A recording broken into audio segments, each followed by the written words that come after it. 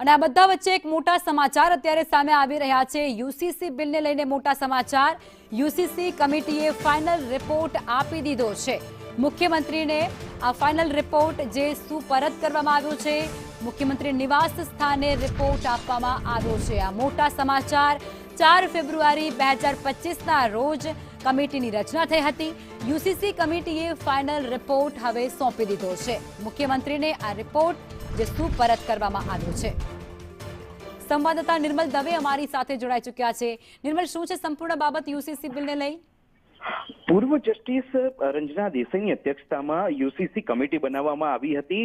4 ફેબ્રુઆરી 2025ના રોજ આ કમિટી બનાવવામાં આવી હતી, જેને વિવિધ વર્ગના લોકો સાથે સંવાદ કરી, વિવિધ વર્ગના લોકોનો અભિપ્રાય લઈ, વિવિધ રાજકીય પાસાઓ વિવિધ સામાજિક પાસાઓ ચકાસી અને એક રિપોર્ટ તૈયાર કરવા માટેની આખી કમિટી બનાવવામાં આવી હતી। આ કમિટી દ્વારા 45 દિવસની અંદર રિપોર્ટ સોંપવામાં આવે તે પ્રકારની પણ જે તે સમયે જાહેરાત કરવામાં આવી હતી। જોકે આજ રોજ આ રિપોર્ટની સોંપણી મુખ્યમંત્રીને કરવામાં આવી છે। યુસીસી કમિટીએ સરકારમાં રિપોર્ટ સોંપ્યો છે અને મુખ્યમંત્રી નિવાસ સ્થાને જઈ મુખ્યમંત્રીને આ રિપોર્ટ સુપ્રત કર્યો છે।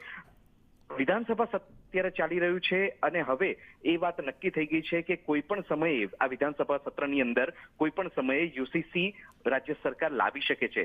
આજે બપોરે જે કામકાજ સલાહકાર સમિતિની બેઠક મળવાની છે તે બેઠકની અંદર પણ આ જ મુદ્દાને લઈને ચર્ચા કરવામાં આવશે। એટલે 25 માર્ચ સુધી જે વિધાનસભા સત્રની કાર્યવાહી ચાલવાની છે તે પહેલા ગમે ત્યારે રાજ્ય સરકાર યુસીસી લાવી શકે છે।